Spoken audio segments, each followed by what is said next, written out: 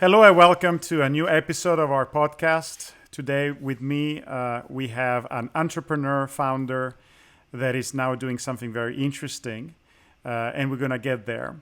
So my name is Simone Brunozzi, as you know, I'm your host. And Alex, welcome to our show. Do you want to introduce yourself, say a little bit about your background to the audience? Sure. Thank you, Simone, for having me on. My name is Alex Laskey. I'm the executive chair and founder of Rewiring America, which I'm sure we'll talk about plenty today. Yes. But that wasn't always who I was. I guess I was always Alex Laskey. I grew up in New York in a wonderful house, studied the history of science in university, thought I wanted to work in politics or in journalism and write about science. Did work in politics exclusively, almost exclusively anyway, losing political campaigns, working on campaigns anyway that we were very good at coming in second or third place. And eventually realized that if I wanted to have an impact on the issues I cared about, there were other ways to do that. So the last campaigns I worked on, the last job I had in politics, I did some public opinion research or polling. And for that, I spent a bunch of time working on environmental issues, which was among the issues I cared most about. And there worked on legislative efforts and ballot box measures. And in that work, in spite of my involvement, some of those things actually succeeded. And we saw renewable portfolio standards passed around the country. And I was excited about that experience and also what I learned doing it. And one of the things I learned doing it is that in spite of what you hear in Washington, D.C., which is where I now live, nearly everybody, and this was in 2006, thought that saving energy was a good idea and that wasting energy was a bad idea. And though at the time climate change was highly politicized, and 14 years later it is much more highly politicized in this country than it ought to be, given the science. But at the time, it was even more so. I realized that there was an opportunity to do something entrepreneurial, perhaps, to have an impact, with the insight that people did care about saving energy and didn't want to waste it, no matter what their politics were. So together with a dear friend, Dan Yates, who had been a successful entrepreneur once before in the education space, we sat down together in San Francisco, not far from where you live, Simone, and committed ourselves to trying to find something to do together. We enjoyed spending time together. We wondered, is there something that we could do for work to have an impact? And we looked specifically at the energy space and the environmental space more broadly, but quickly narrowed in on the energy space and began to consider what could we do to have an impact. At the time in late 2006, early 2007, most of the energy in this space was on the supply side. There was a lot of enthusiasm around renewables, which were becoming less expensive and spreading. And I remember clearly when Google decided at the time to put solar panels out across their Googleplex, their offices, which was a big deal. Today, of course, they just committed earlier this month to a big commitment around carbon neutrality for their entire operations. But at the time, this was a big deal. They were putting solar panels on the roof. I have a little memory to share about that. Yes, please. In 2007, I visited the US. I was based in Italy back then. And then I joined Amazon in 2008 and left Italy. But I visited Mountain View, Google's headquarters, and I had a lot of crazy ideas I wanted to discuss with Googlers. At the time, Google was much smaller, and it was kind of hard to get in touch with people at Google. But I managed to do that. I'm very stubborn when I need to be.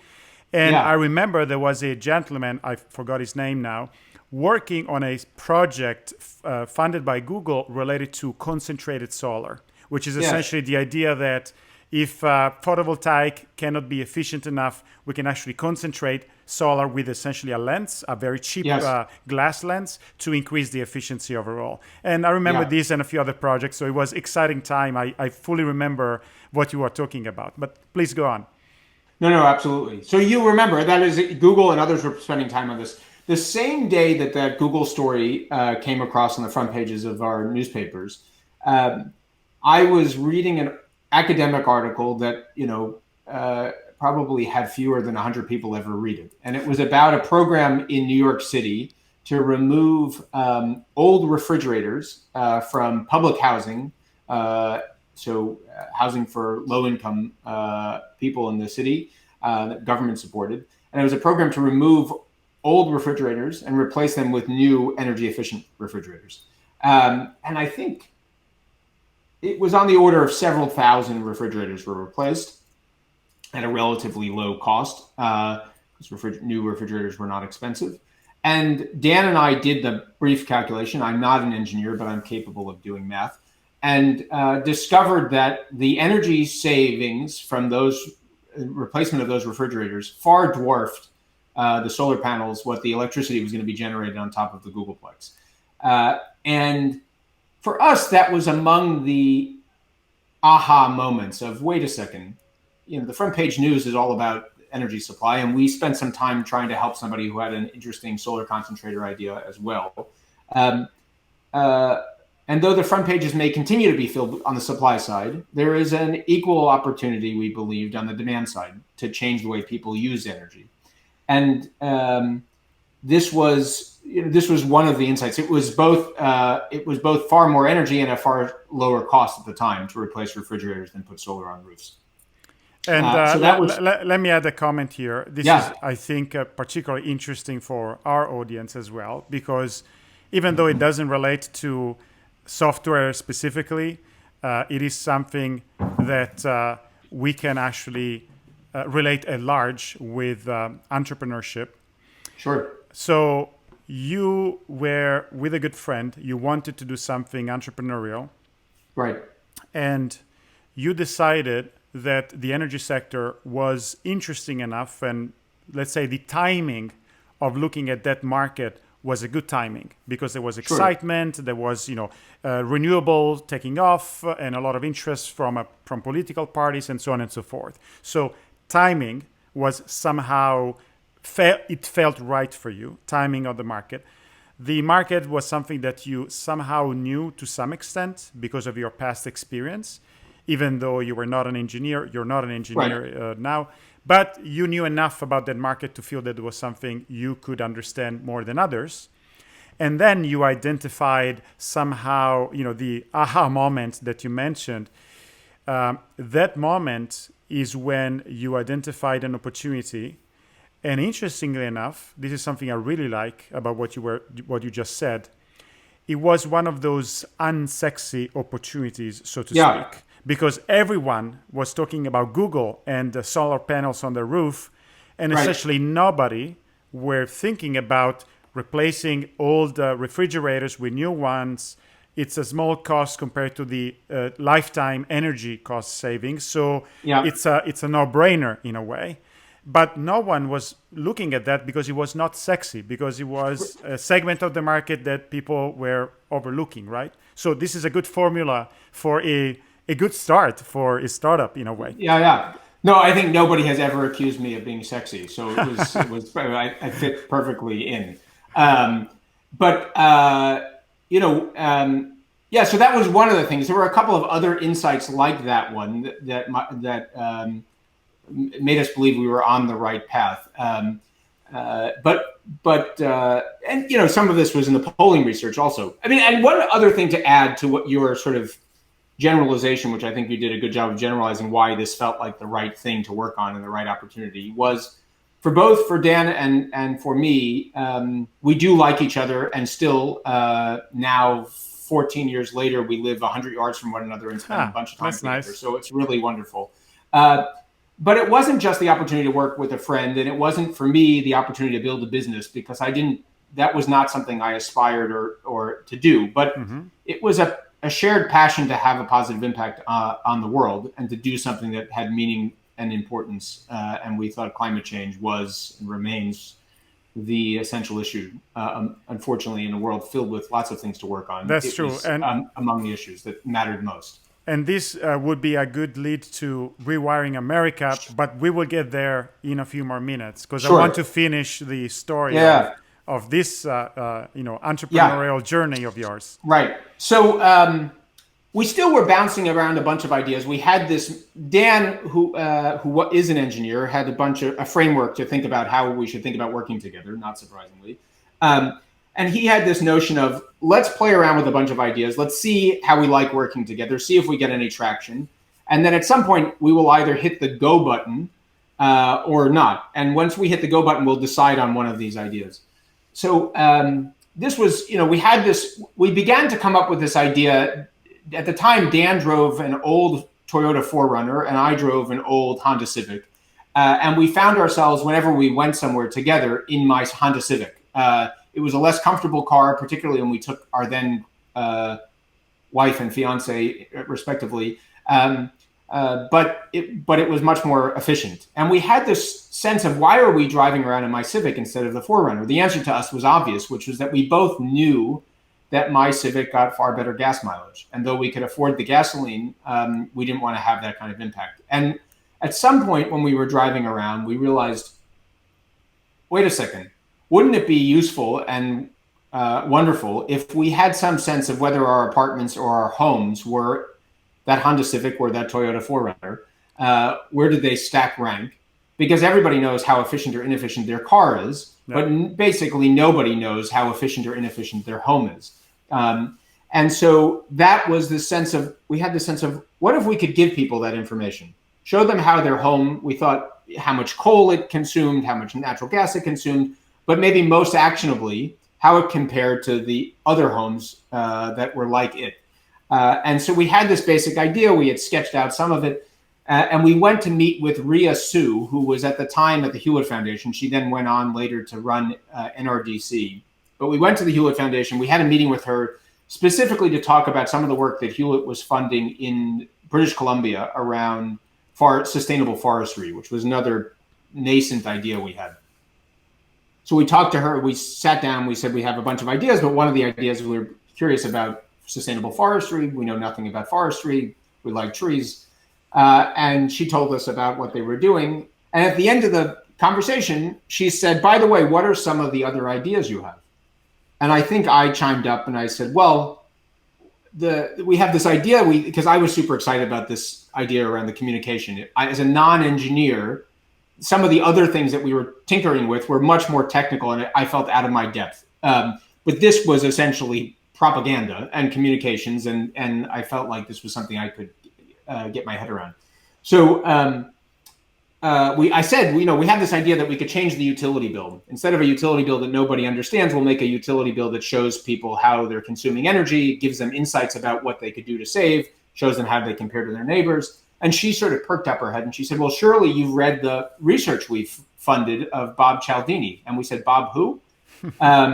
And she said, Bob Cialdini, Robert Cialdini is the most cited behavioral scientist in the world. We didn't even know what behavioral science was. And he had done some work that they had funded around what were the messages that would that could be communicated to people to get people to turn off their air conditioning and turn on fans, to hang up the towel in the hotel so it didn't get washed again, but could be used the next day. Mm-hmm. And phenomenally interesting research. We had never heard of it, but among his insights, which is now, much more widely known than it was then. And neither of us went to business school, but apparently his books are taught in every major business school. So others would have known this, that peer proof or social proof, showing people what their neighbors are doing or what other people who they believe themselves to be like are doing, has this major impact on people's behavior. In spite of the fact that in, Assisi, where you grew up, or in New York, where I grew up, your mother, my mother told us, it doesn't matter, Simone, what they're doing in the neighbor's house. I'm your mother, and in my house,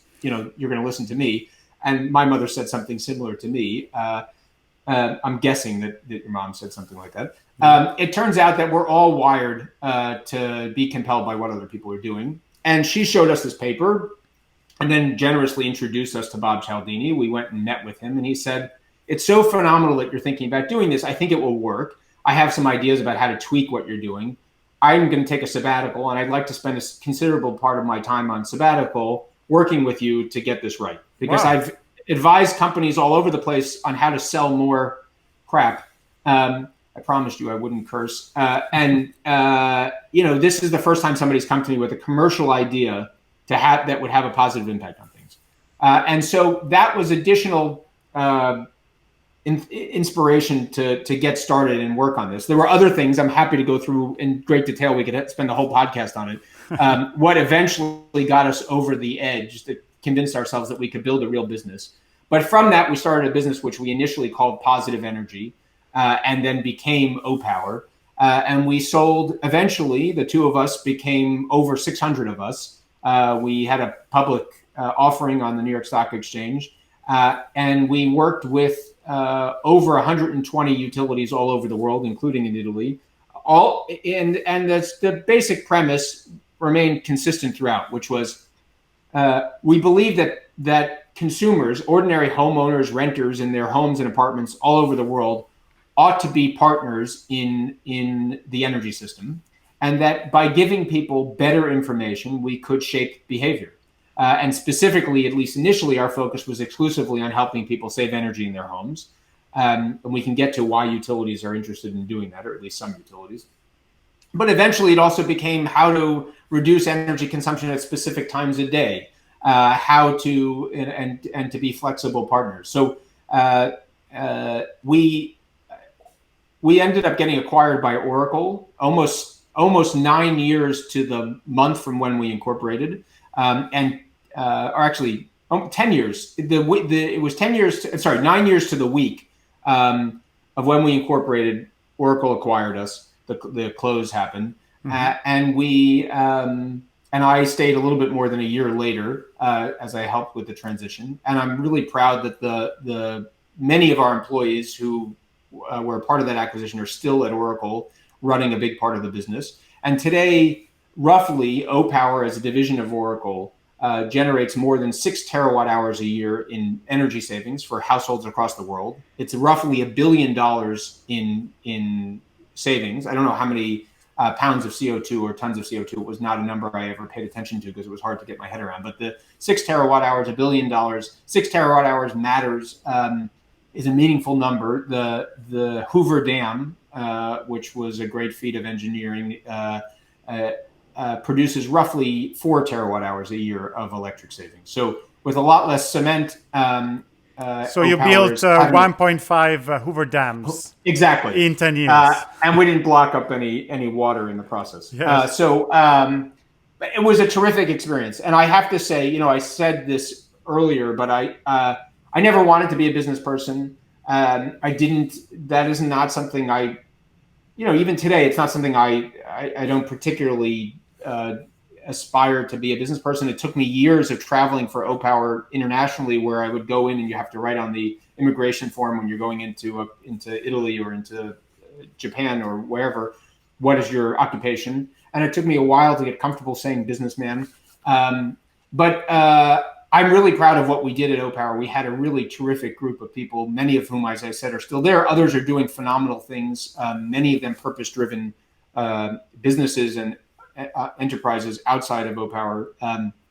The thing I just learned, and this is just to put a wrapper on this, but I'm happy to talk about OPower forever. I just learned that two of my former colleagues at OPower are due with their first child. And we now have 13 couples who met while both employed at the company and are now either married or in some sort of lifetime commitment partnership.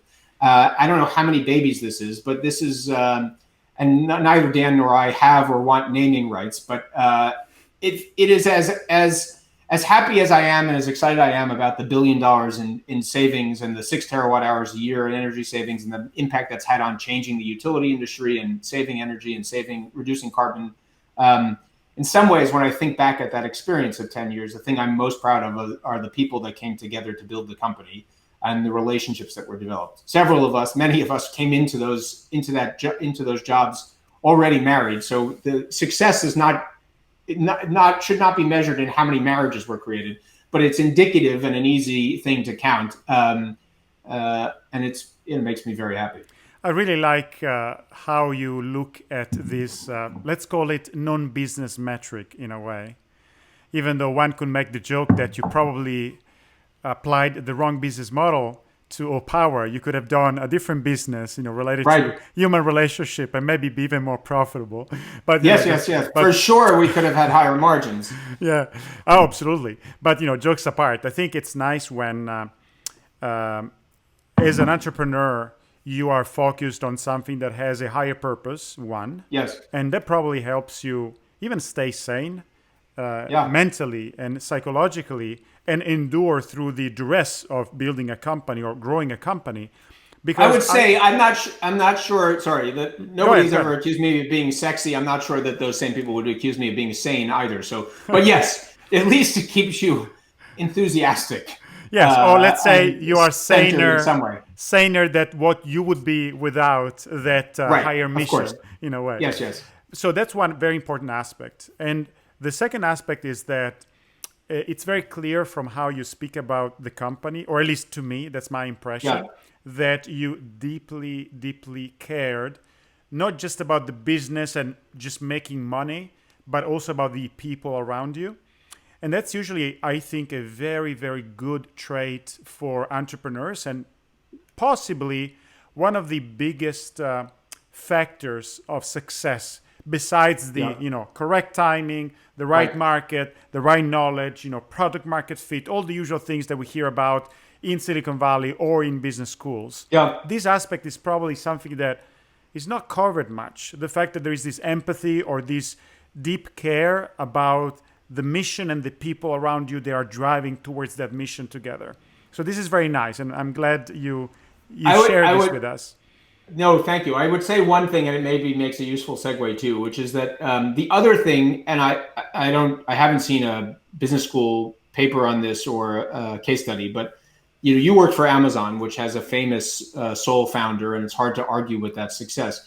But for me, and it's not just because I'm not an engineer, I couldn't imagine starting a company on my own or starting a successful enterprise on my own. I'm good at many things, but I am certainly not good at everything. And having a partner, as I did in Dan, who is an engineer, exceptionally talented in his own way, has strengths that are different from my strengths. Both allowed us to be successful. And you look at most successful startups, I think, at least anecdotally, as I think about them, the companies that I admire most of them have multiple, have a partnership that starts. I think OPower would not have been successful without Dan. Maybe it would have been successful without me, but certainly the two of us together were important ingredients. And I think to the point of staying sane, or relatively sane, having a partner allows you to. The good times are more than twice as good when there's somebody to celebrate with, and the bad times are, and there are bad times, are not nearly half as bad when you have someone to commiserate with and to lean on. Absolutely. So I think one of the things, and I'm curious, and I'm on a corporate board. I'm involved in some other companies and other organizations, but I think one of the things is we're all experiencing doing these conversations from our living rooms or our home offices. I suspect that the company, this is really testing leadership and testing morale at places. And I miss having colleagues. I missed having colleagues before COVID. I miss it even more now. And so I think I'm curious to see what happens. Obviously, I'm eager to see what happens after we all emerge from this. But I think a renewed enthusiasm and appreciation for our colleagues is hopefully will be one of the good things, one of the many good things that comes out of this awful experience. I agree with you. I have, I think, at least one more question, if not two, related to OPower before we switch to more recent developments of your career. The first question is the following. So you started the company with very relatively humble beginnings, in the sense that you were not a serial entrepreneur that raised $20 million on day one and just went, blazingly fast into product market fit. you started with something and then brought in, Mr. Cialdini or Dr. Right. Cialdini, whatever the correct title is, and a few other people aboard, and then eventually this business took off. Yes. There is this phase between, you and your co-founder and your initial timid steps and the, IPO and, the big money in a way. Right. In that middle phase, what would you say was the biggest challenge that you had to overcome to scale the company? Either you personally or the biggest challenge that the company had to overcome? I think there are two. The first challenge was to the subject we were discussing, which is that as talented as Dan is, and as talented as I may be on one day, we ended up being 2 of 600 people, and the challenge which we faced, like every other entrepreneur faces, is how do you were an evangelist, you remain an evangelist. How do you successfully recruit people, talent, to come work at your company, to dedicate their time, their brains, their blood, sweat, tears, toil, I think we had it easier in some ways for the ways you identified, which was that we were a purpose-based company. Though we started in San Francisco, we also moved the headquarters to Arlington, Virginia.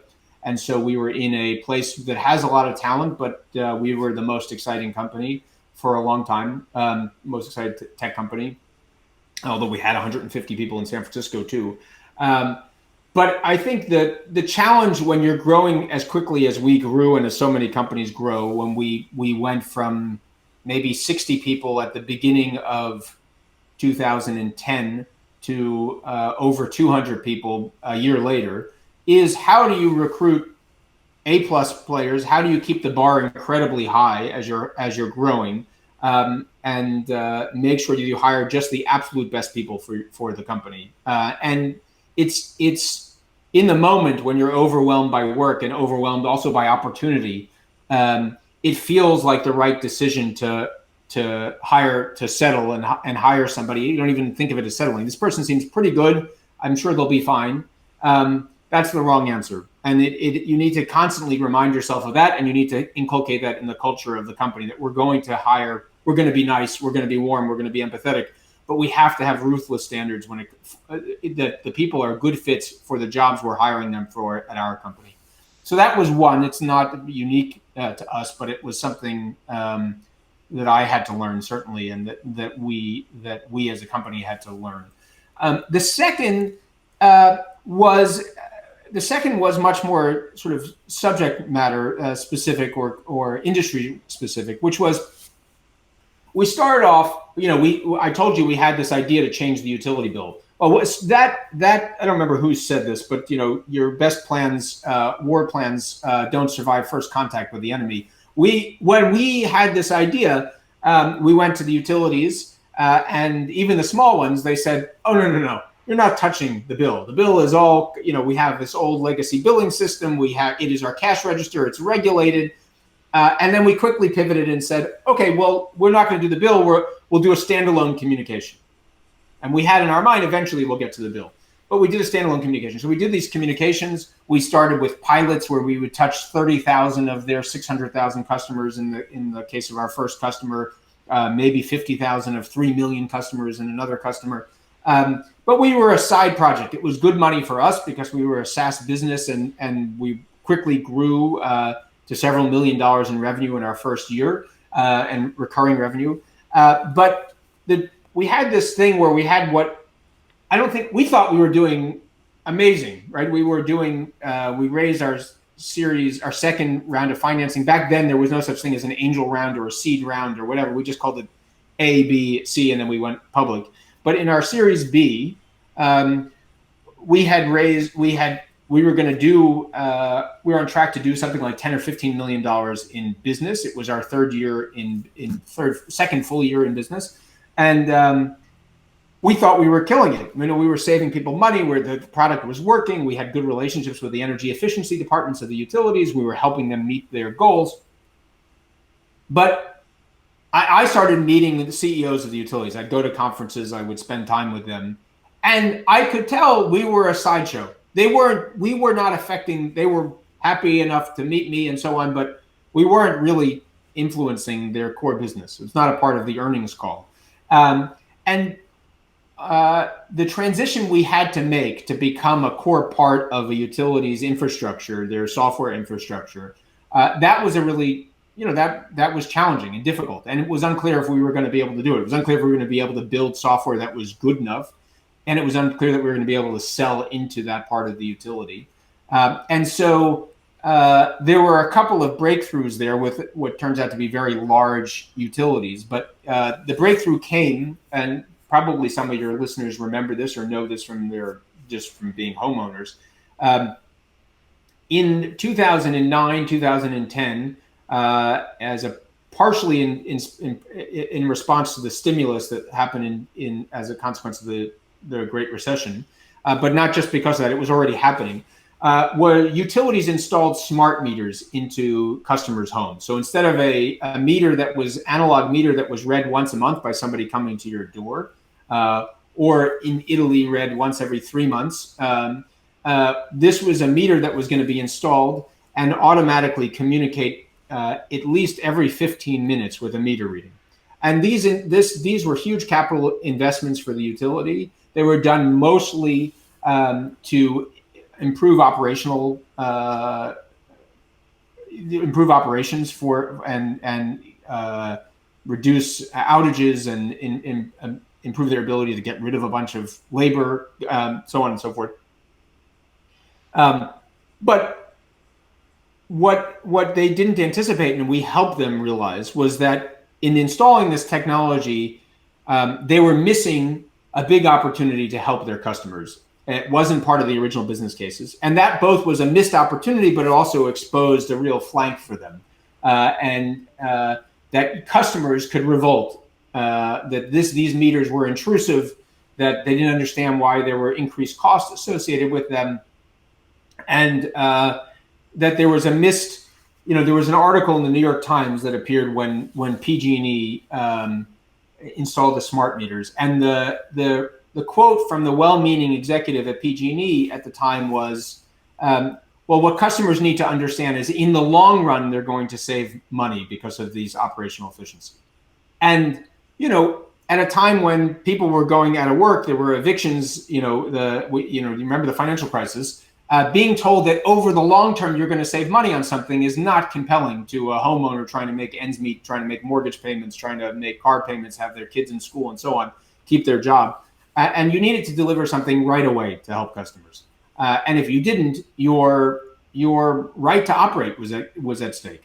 And so we had the insight to realize that we could do tremendous things with this new data. We could provide real insights and information and helpful tools and services to customers that would also benefit the utility.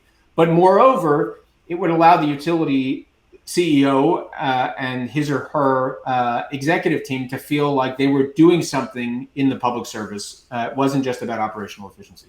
So I think that transition was a real challenge, both to recognize that we were though we were growing quickly and having the impact we wanted to have, we still were a sideshow for our buyers.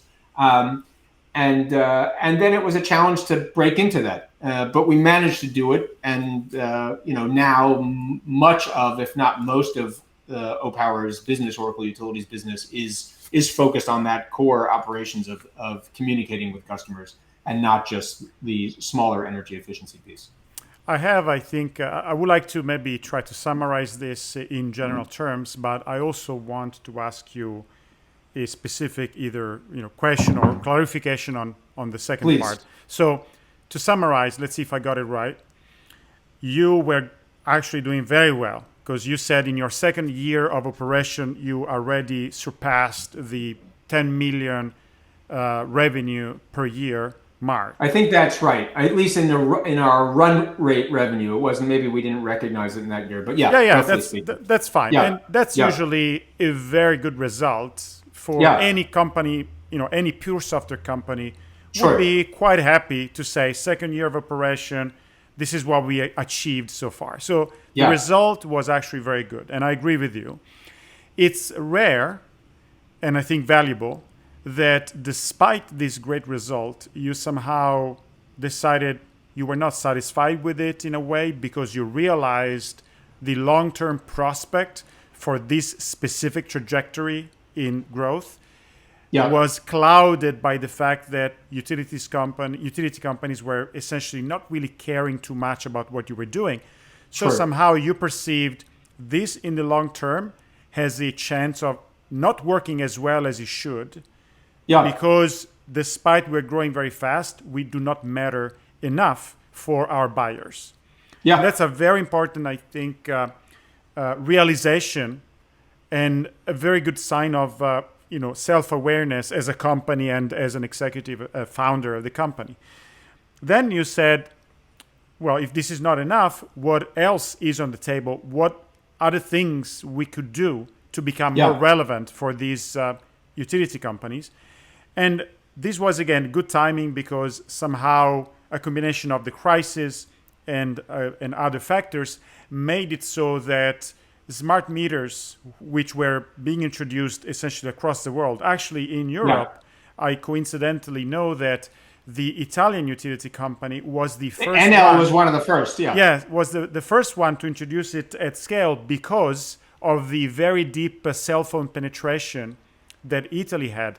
Italy is not necessarily the most technological country in the world, but in the 90s and 2000s, Italy had the lead on cell phone technology, both in terms of antennas and radio technology, but also in terms of customer penetration. And in fact, it was the first country on earth to pass the mark of one cell phone per person in the population. Is that right? Yes. The population back then was about 60 million people. And at some point, Italy reached 60 million cell phones. Of course, some people had two cell phones, one for work, one for home. Some people didn't have one. But it was the first country to pass that mark. So it's actually quite remarkable.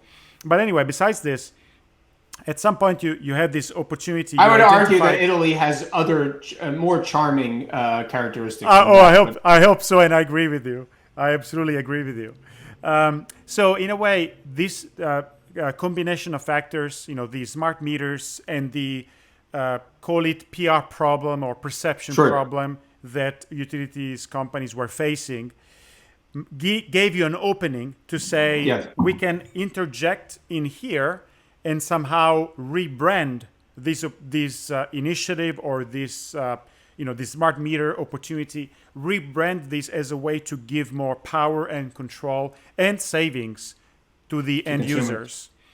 And this is also, I think, coincidentally, and this was the question part, do you think this also coincided with the moment where utility companies had a bigger need to drive demand and consumption of power generation between day and night or different times of the day?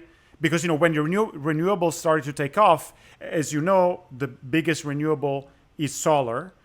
In terms of installed base, in terms of electricity generated. Solar has the nice characteristic of producing power essentially during the day and not during the night. And wind is usually the opposite. But because in certain countries, solar took off way faster than wind, you had the problem that somehow you wanted consumers to consume power in different ways, depending on the time of the day or the time at night. And so you wanted to incentivize them to do that. If you had smart meters, you also had a way to know what the patterns were and a way to say, if we change our tariffs, our costs with this particular structure, we can actually drive behavior and incentivize people to do certain things, do laundry at 9 p.m. because it helps us offload the power production better, and therefore it makes more money for us, and we can pass part of that savings to the customer. So the question is, was this a factor too in this? No, absolutely. You know quite a bit about this. It was a factor, and it wasn't just the renewable penetration, although that has increasingly made this a critical issue, and it's a big part of what OPower and Oracle are working on still, and these dynamic tariffs. But even prior to this penetration of solar, you think of the electric grid as one of the most sophisticated and certainly most expensive and pervasive machines in the world. And it is used in the US anyway. It has a utilization rate of less than 50%. So that means on average, we're using less than half of its capacity. And that's because our consumption patterns through the day and through the year are not consistent for the and supply is also not consistent, which was the point you were making. But even on the demand side, absent that, we use a lot more. I live in Washington D.C., the Mid-Atlantic, and this part of the country. We use a tremendous amount of electricity during the summer season because we have air conditioning, and in the winter, where we mostly heat our homes and heat water with natural gas, we use far less electricity. And so, to give a specific example of this, and ties it very nicely into your question. Baltimore Gas and Electric utility applied for a stimulus grant from the Department of Energy and received money to install smart meters. I'm not going to remember exactly, but it was the majority, half or more of the cost of the meters were being paid for by the Department of Energy. And they needed to raise the rest of the money in a rate case, which is how utilities raise money. They go before the regulators and say, here's the business case, here's the amount of money we need to spend, but here's the savings it's going to generate. And so we will raise this money, it will raise the tariffs, but it will eventually lower the tariffs. And it's this trade-off, which I described. In the long run, we'll save people money. And their commissioner, the regulator at the time, PhD, I can't remember his name. He came back to them and said he saw what happened in California, where the utility had forgotten about the customers and said, "No, you can't. I'm not going to approve this, even though the federal government is paying for half of this, and this is a good deal, therefore, for Marylanders. I'm not going to approve this rate case unless you also demonstrate some direct positive impact for your ratepayers." At the time, Baltimore Gas and Electric was a part of Constellation. It's now a part of Exelon. Both of them were big clients of ours. And they came to us and they said, what can we do together? And we said, well, how about this? To your point, Simone, in the summer months, you're using way too much. Your customers are using all this electricity. It's far more, you build the grid to meet that demand. The power that you're procuring from merchant fleet is mostly dirtier, but that was less material. It's also more expensive. And so what if we could use these new smart meters to communicate with customers and get them to shift their usage on the peak hours of the peak days of the summer? And they filed a rate case for this. We committed to helping them do this. We told them we would help them save at least 1% of their overall energy consumption. And to this day, this program runs in Baltimore. It was the first of its kind. They have roughly 1.3 million residential customers. They notified OPower, now Oracle, at 5 p.m. Anytime before 5 p.m. on the evening before one of these peak events. They know when a peak event is coming because they're able to read the weather forecast in the energy markets.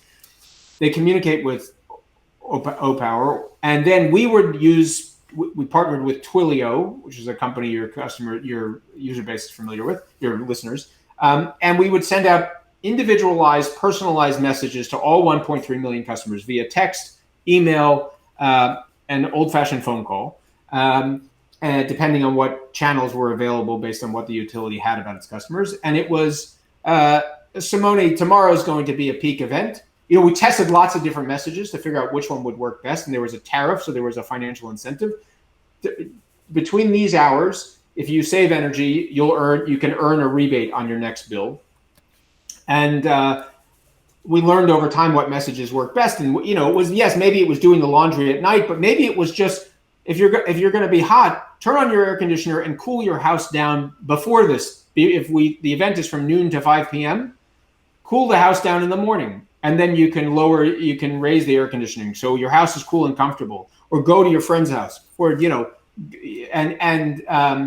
we were able to reduce peak demand by more than 5%, which is a lot, and do it consistently. And then part of what made it work was, after the event, we wouldn't wait. You wouldn't wait until the end of August where you get a $300 bill and there's a line item that you don't even see that says you got a $7 credit on August 10th.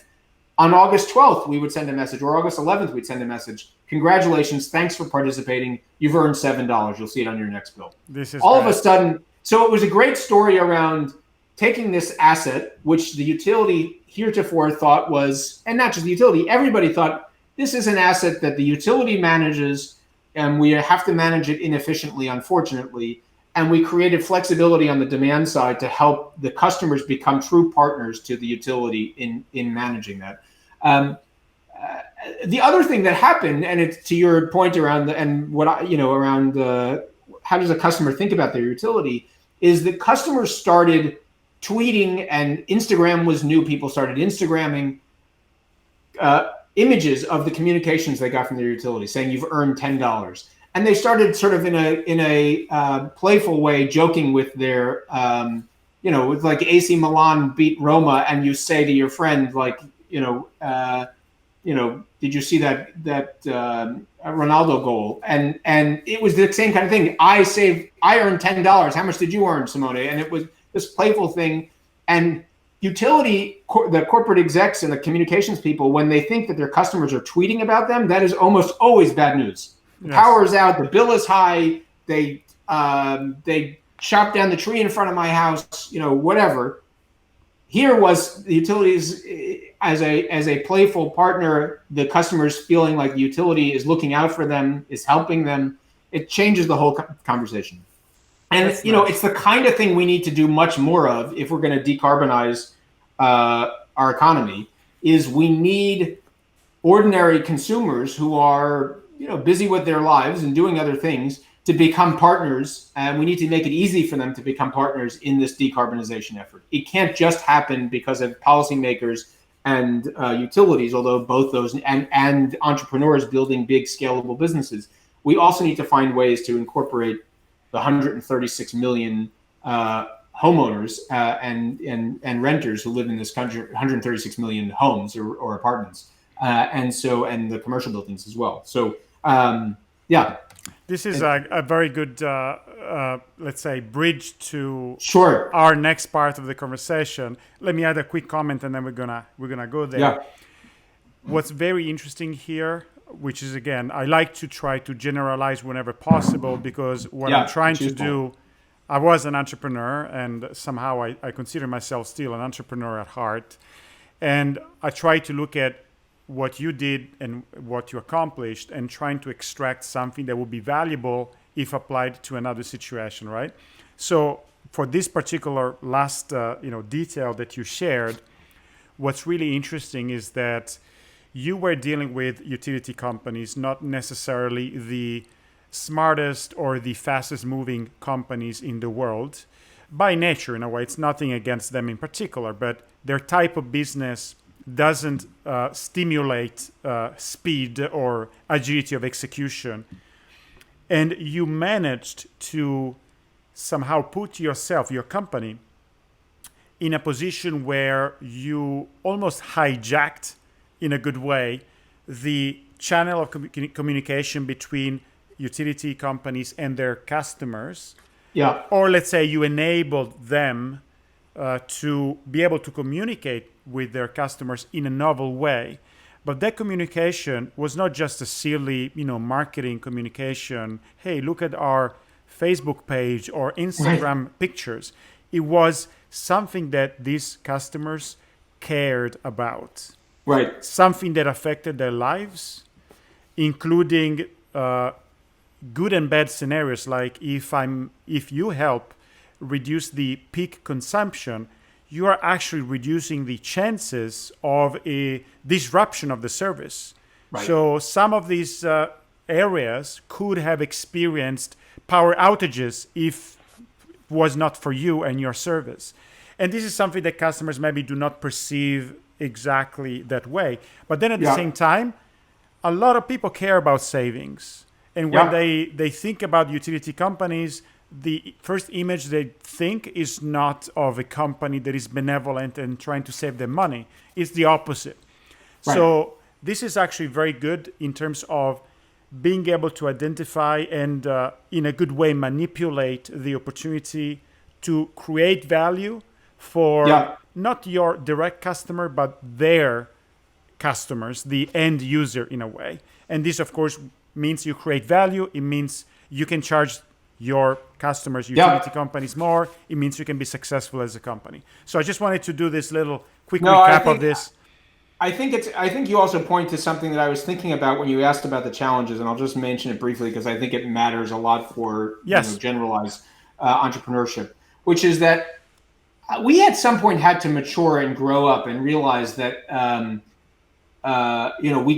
we came at this with this sort of ideological almost evangelical sort of feeling of, gosh, utility companies are really getting it wrong and we can help them help their customers. And we're going to design a product that is great for customers. And at some point we had to realize that our customer was the utility. And though our success was dependent on their customers changing behavior, we needed to build a full and a complete product set and that served the needs of our customer too. They weren't just a means to an end, but they themselves were an end. And we needed to provide, that meant we need to provide reporting and back office tools to help them.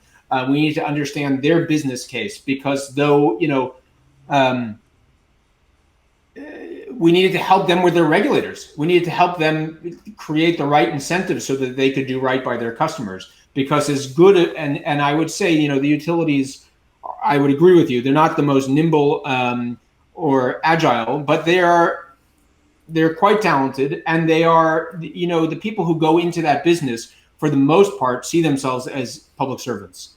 They're in a public service. And you can think back to the utilities of your childhood or of my childhood.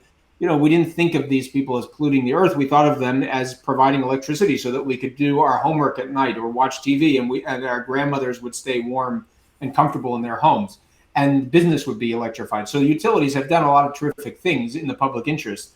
And, we want, one way of seeing utilities failure in some of these things is a failure of imagination or a failure of agility or a failure of talent. Another way is to be remembered that it's a failure of the market. This is a synthetic market. These are regulated.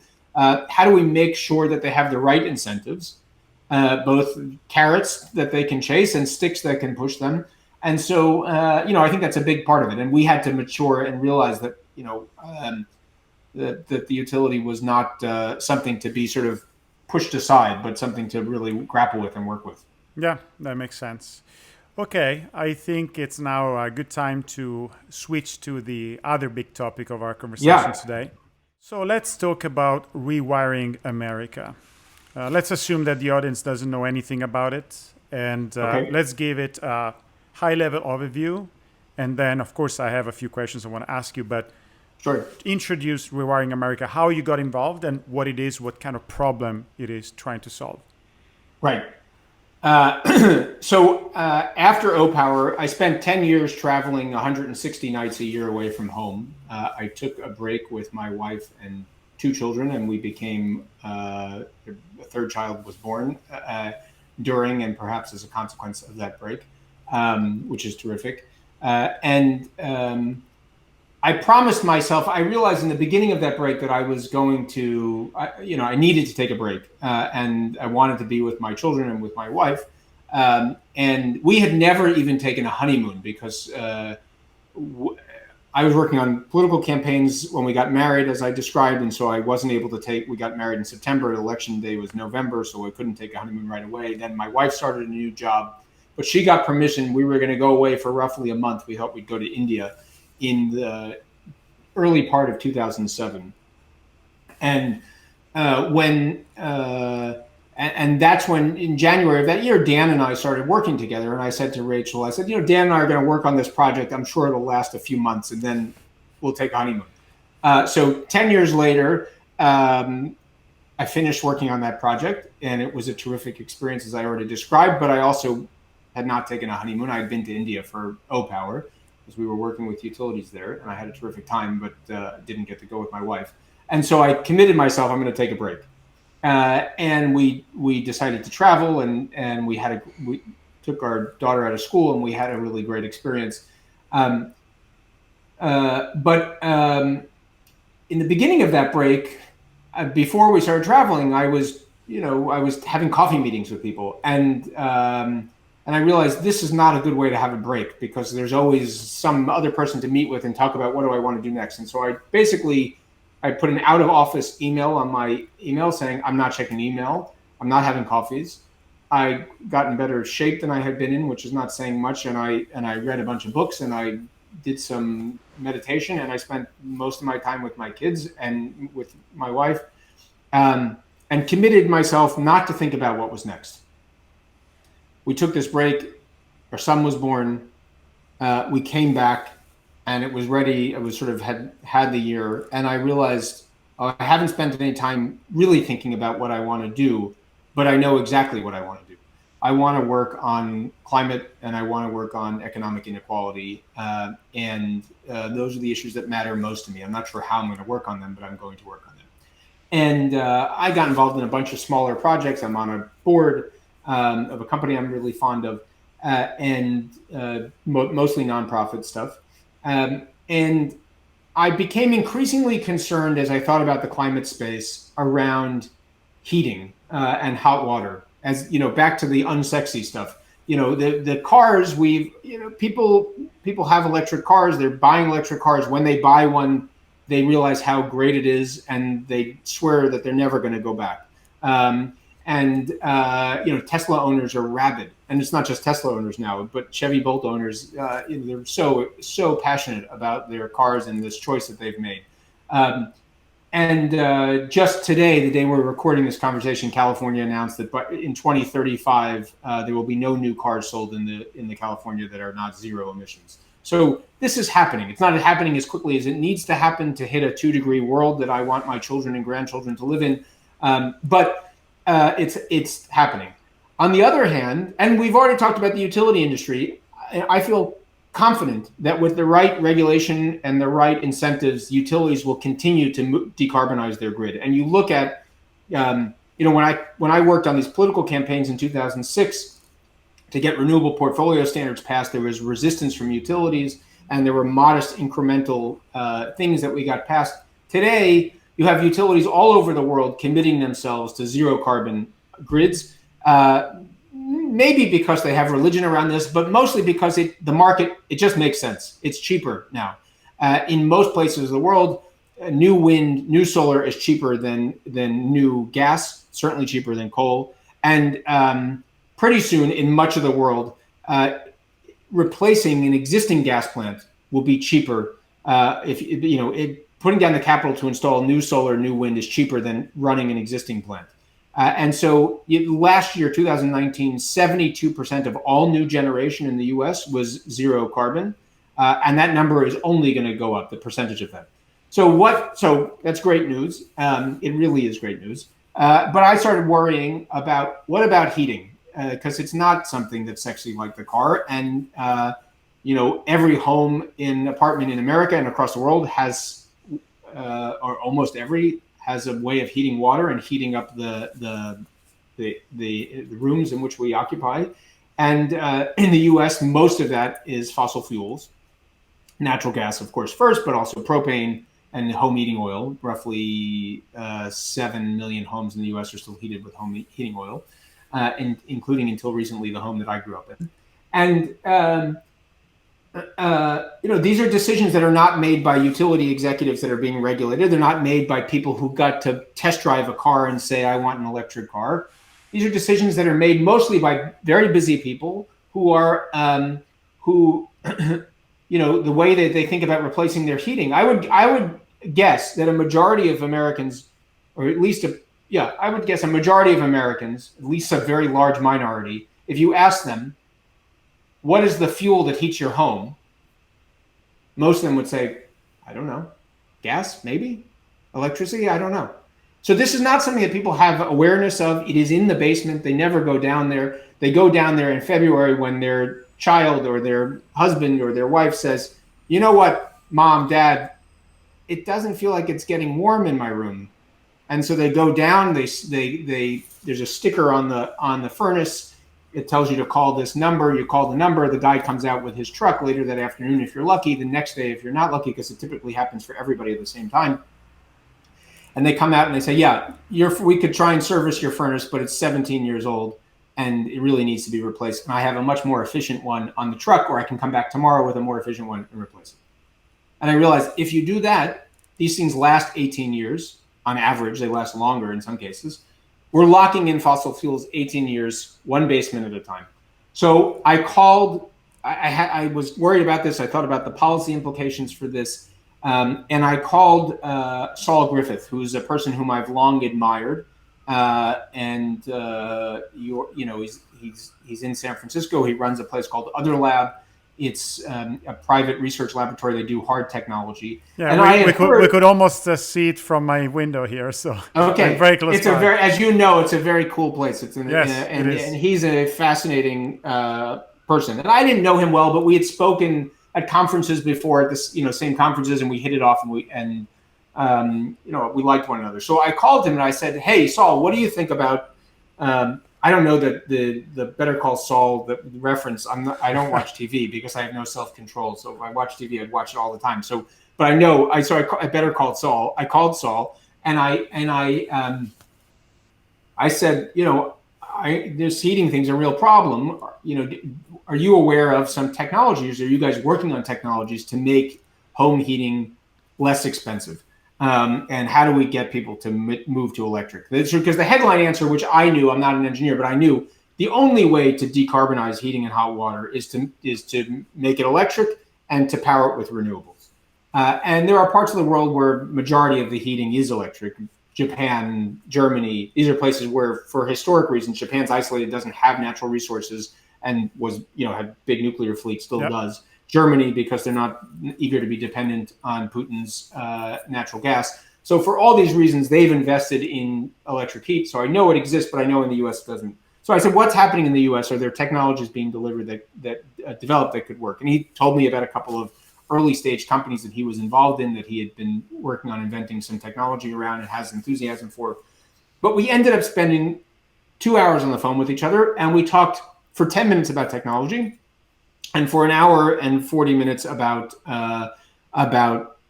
politics and policy, and that the real failure here, particularly given the fact that these technologies exist in places like Germany and Japan, is not a failure of technology, but a failure of policy and politics. And we hit it off talking about this stuff. I realize an hour and 40 and 10 don't add up to 2 hours. We spent probably 10 minutes talking about our families. So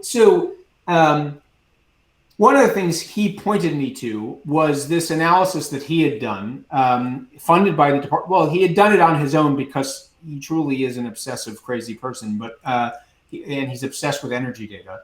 But also he eventually got funding from the Department of Energy to look at energy flows through the U.S. economy and to understand them better. Because the way in which we track energy in the U.S. economy is an artifact of the late 60s and the 70s during the oil crisis, when Richard Nixon established the DOE and the EIA, Republican president, to deal with the oil crisis, that we didn't have enough oil supply and energy supply in the U.S.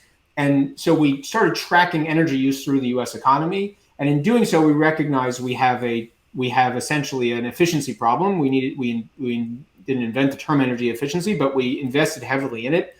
We eventually invented Energy Star. We made and CAFE standards for cars. We made our cars more efficient. We made our appliances more efficient. We got rid of the problem. And since that time, we've been tracking energy in the same way.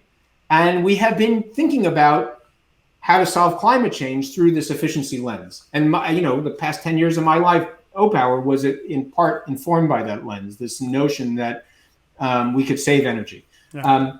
The problem, of course, is as an engineer, you understand this implicitly. You cannot efficiency your way to zero unless we're all going to live naked and in the wilderness. It's not going to work. And so you need to do transformation. And So Saul undertook this really exciting exercise to look at if we committed to electrifying everything that could be electrified and powering that with renewable or and nuclear, maybe zero carbon electricity. And the other things we did that we couldn't electrify, we did with biofuels and other things that were net neutral carbon front. Where does that leave us? And one of the things that he discovered, interestingly enough, first of all, this is what he discovered for the most part was all good news. One of the things he discovered that I found really compelling is that 10% of the energy in our economy today, we measure energy in terms of British thermal units, and our economy today roughly uses 98 quadrillion British thermal units, or 98 quads. Think about it as 100 because it just makes it easier. But roughly, so roughly 10% or 10 quads are spent on using fossil fuels to find, mine, refine, and distribute other fossil fuels. What do I mean by that? Well, 0.25% of all energy in the US economy is diesel being used to move coal from a coal mine to a power plant on a diesel train. That's only 0.25%. 4% is oil being used to refine oil into gasoline. Now, that doesn't go into the consideration of the miles per gallon in my old Honda Civic or in your car, because rather than accounting for that refining of gasoline as a transportation cost, we account for it as an industrial cost. So we when we think about carbon emissions and we think about energy use in the country, we categorize that as industry, and we do a lot of that. A lot of this is categorized as industry when it really, in a different kind of accounting, if we're solving a different kind of problem, which we are now, because we're not solving an efficiency problem, we're solving a transformation problem. We really ought to be thinking about it. It's not that your car uses 25 miles per gallon of gasoline. It's that your car uses 20 miles per gallon of oil. And that should actually be the way we think about it. We should assign this to transportation. Similarly, 1% of energy is natural gas used to pressurize natural gas pipelines. So it is the pressure to get the gas from to your home, to your stove when you're cooking, to the furnace in your basement. So there are all these things that we consider industry that actually we could think about. And once you do that, it turns out that the infrastructure in our homes and in our control as homeowners, renters, et cetera, the cars and houses represent a much bigger percentage of carbon emissions, which is good news. The other thing that comes out of it, the big good news about this, is that if we're going to decarbonize and electrify, it means that the problem just got 10% easier. We don't have to move coal from a mine to a power plant. We don't have to refine gasoline. We don't have to pressurize gas pipelines because we're not going to be doing any of that. So all of a sudden, instead of 100 quads that we have to replace, we only have to replace 90. There are several other big chunks like that. Sort of the most significant ones involve the inefficiency of turning fossil fuels into electricity or into forward momentum. A car, generously speaking, an internal combustion engine car, a third of the energy, the latent energy in gasoline propels the car forward. 2/3 is wasted as heat. So there's all this inefficiency, and that when you electrify, electric motors are just more efficient. You end up the net is that instead of 100 quads, we'd need fewer than 50 quads to power the economy we have today.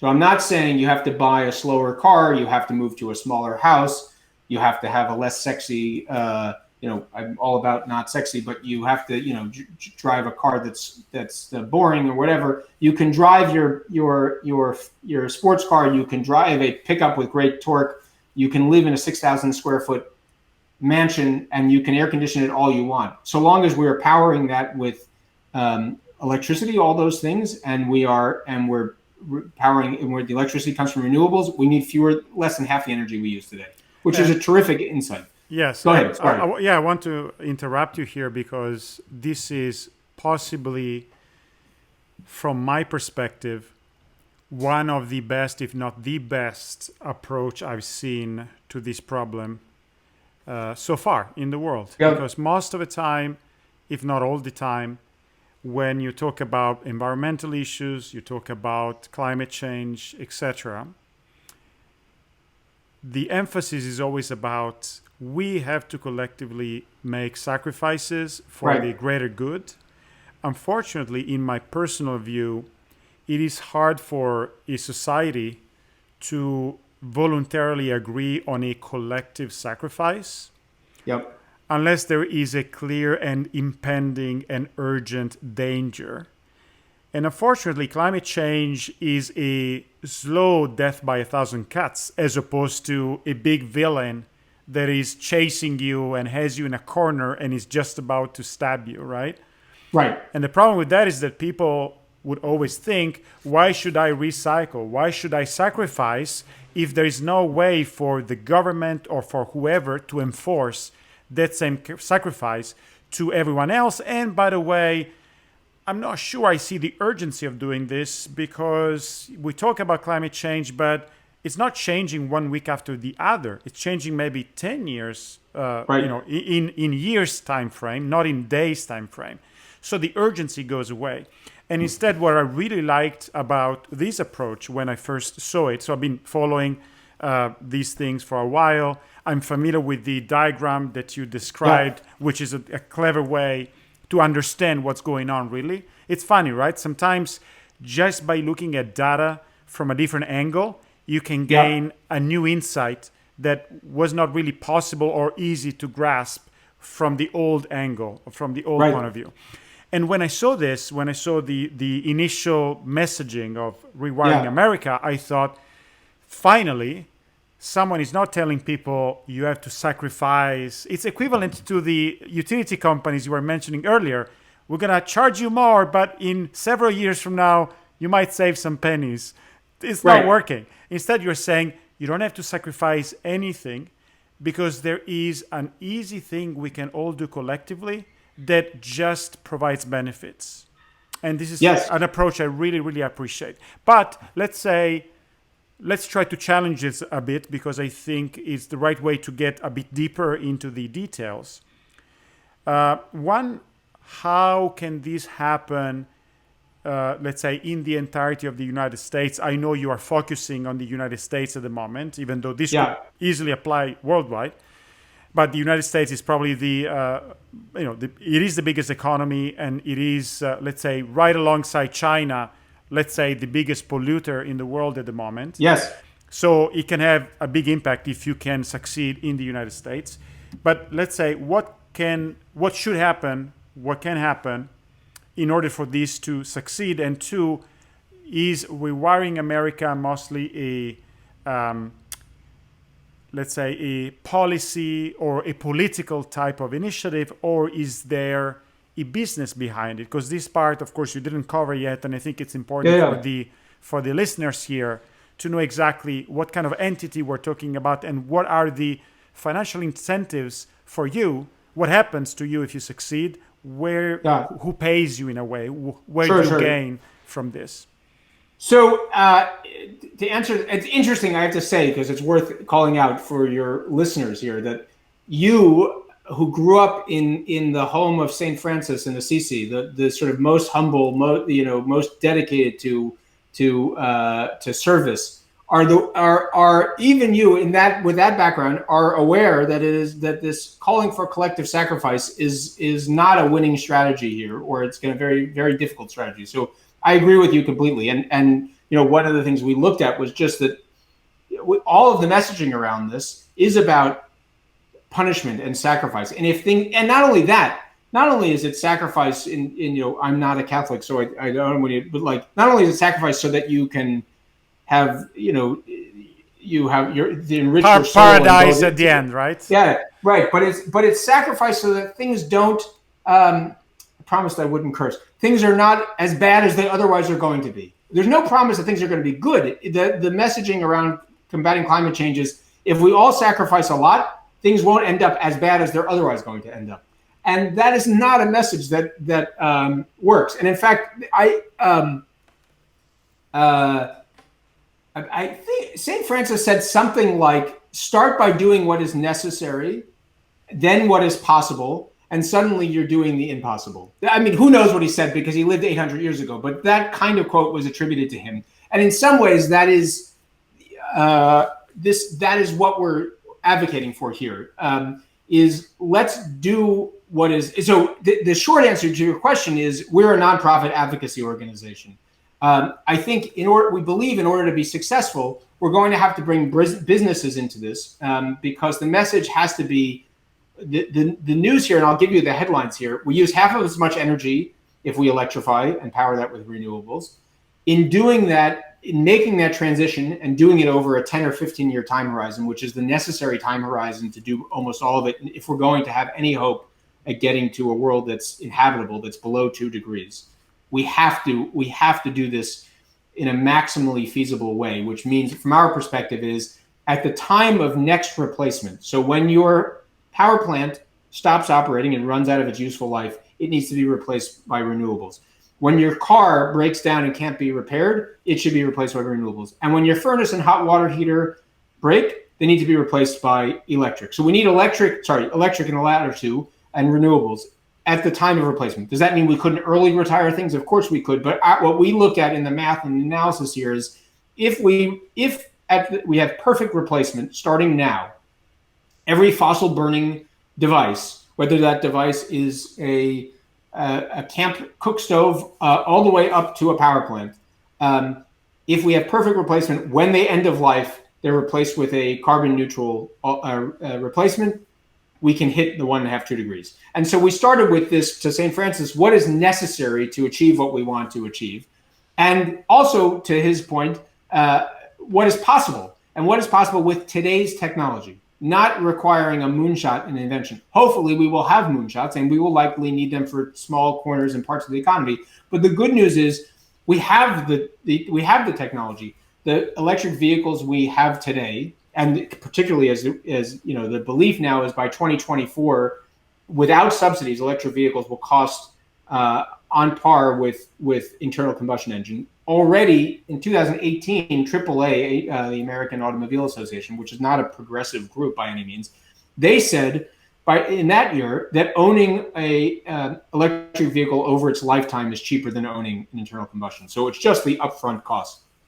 Same thing if we can drive down the cost of renewables, which we can and we're seeing happen.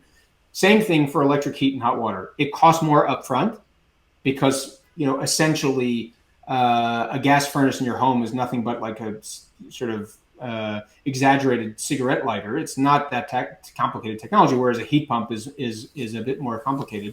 But over its lifetime, with the right financing and with the right regulations, it should be cheaper. And so these are all things that are possible. And if we do this, we will do the impossible, which is we can decarbonize the economy, or at least 2/3 of it by 2035. You know, you talked about sort of and so we're a nonprofit. We're trying to bring businesses, and we are successfully bringing entrepreneurs and CEOs of large businesses into our effort because we think for them, there is a big, I had a banker who's helping us with this effort he ran a big part of Goldman Sachs's global business and went to China in the early 2000s or 90s and lived with his family. And he described the sort of emerging market when bankers looked at China and Brazil in the 80s and 90s, and they saw these big emerging markets. From his perspective, when we told the story, he said, there's no bigger emerging market than the electrification of our economy. We have to do this globally. It is inevitable. It's going to happen. It's a question of when it happens, who goes first. But this is a huge emerging market in which there's a lot of money and wealth to be generated. Wealth to be generated from the businesses that manufacture the technologies that need to be installed. Wealth to be generated because there's work to do in installing these technologies and in financing them and in servicing them and investing in them. And so, we're a 501c3 nonpartisan advocacy effort informed by, led by engineers and entrepreneurs. I never did get comfortable calling myself a business person, but I am comfortable describing myself and thinking of myself as an entrepreneur. And so this is not a climate science or economist-led program to solve climate change, but rather an engineering and entrepreneur-led. And so the question is, what is necessary. When an engineer looks at a problem, they look at what do we have to do to solve the problem. We know what we have to do to solve the problem. We can count the machines that need to be replaced. We know how to we know how to manufacture those. We know how many people it takes to manufacture those. We know how to install them. The good news here in our analysis is that among the many good things in the analysis is in doing this, especially if we did it over 15 years, we create 25 million net new jobs in the United States alone. And those jobs can't be most of those jobs can't be outsourced. Almost all of them can't be, because most of the work is installing solar panels on your roof, a heat pump in my basement. That can't be done by somebody who lives in a faraway city. It can't be done by a robot. It has to be done by people in your zip code. So most of these jobs are necessarily local jobs that can't be outsourced. And there's no reason they ought. The good news is because we're not paying for the fuel. When you think about this, we pay a tremendous amount of money, $6,000 a year on average. The average American household spends $6,000, $6,500 a year on fossil fuels, either directly in the form of gasoline for their car or gas for their furnace, or indirectly through their electric bill. $6,500. The average household in the U.S. makes $60,000 a year, so it's more than 10% of our income is dedicated to purchase of fossil fuels. In an electrified future where it's renewables, we're not going to pay anything for fuels. The sun shines whether anybody's paying it to or not, and the wind blows, same thing. So there's upfront capital that needs to be invested, but that's a wealth creating opportunity. And so it's 25 million jobs, net new jobs. They're spread out across the country. They can be and should be well-paying jobs. And you asked the question, why the U.S.? Why are we focused here? I'm an American. We live in the U.S. Saul's Australian. But the U.S. is really the only economy that is big enough outside of China to lead here. Germany, Japan, the EU, generally speaking, South Korea. These are economies that are big and important economies. But if we're going to do this at the speed that we need to do it globally, America has to be a leader. And to point to an example, historic example. This is the opportunity to replace every device upon replacement. It's something that is necessary. It's possible, but it seems almost impossible. But the scale of the opportunity we had and the scale of the effort we have seen before, and we've seen even more. And to your wise insight before, it was at a time where there was a more clear and present danger, a threat. And that was, of course, the lead up to World War II. In 1939, to put this in perspective, we had 1,700 aircraft, the entire U.S. military. General Patton, in order to fix, the U.S. had basically abandoned military investment after the war. There was after the First War, the Great War. And Patton, I don't know if this is apocryphal, although I've read it in two places, ordered screws and bolts and other parts from the Sears Roebuck catalog, the Amazon of their day, in order to fix tanks, because the military did not have a supply chain with those basic parts to fix his tanks. That's how much we had sort of abandoned our military infrastructure and equipment. So we had 1,700 aircraft. By 1945, in 1940, in the spring of 1940, Churchill became the prime minister and called Roosevelt and said, if you're going to help us, we need aircraft. And we need it yesterday. The Germans have this amazing air fleet, and we're getting bombed. The Blitz was about to happen. We need aircraft to fight them off. So we had 1,700 aircraft in this country by 1945 and zero bombers. By 1945, we had 300,000 aircraft and nearly 19,000 B-24 four-engine bombers. That's amazing. And as much as the brave men and women on the front lines won the war, it was this industrial buildup that really won the war too. It's impossible to ignore what Roosevelt coined and what we came to know, the arsenal of democracy. And I want to take one step back on this, which is I ceded your point that the clear and present danger existed. But even then, you go back and read the history, there were a lot of people in America. We had a whole generation of people who still remembered how horrific the first war was. And there were many people who said, this is not our war. We don't need to get involved here. And as bad as Hitler seems in retrospect, to to some of our leading citizens at the time, including Henry Ford, including Charles Lindbergh, and he was a great American hero. Hitler was not to be taken seriously and not somebody we should get involved with. And yet Roosevelt essentially didn't ask the question, what's politically feasible? He said, what is necessary to win the war? We need this industrial buildup. We need not just aircraft, but tanks. And here's a picture of a book I have on my desk. I don't know if you can see this. Yeah. We need tanks. We need jeeps. Jeeps, incidentally, stands for General Purpose Vehicle, Jeep, GP. Mm-hmm. We need ships. We need guns and bullets and so on. And he assembled a industrial coalition to go to take the American industrialism, which at the time was building automobiles for the middle class, and instead take that power, accelerate it, and turn it into a war machine. And it took unemployment down from record high numbers to not just to zero, but we had to employ people who would heretofore hadn't been employed in the formal economy. Women, African Americans, were all put to work in factories in order to do this. And so we have this opportunity now. When Saul and I started thinking about rewiring America and having meetings on the Hill with Congress people from both sides of the aisle and talking to think tanks, it was pre-COVID.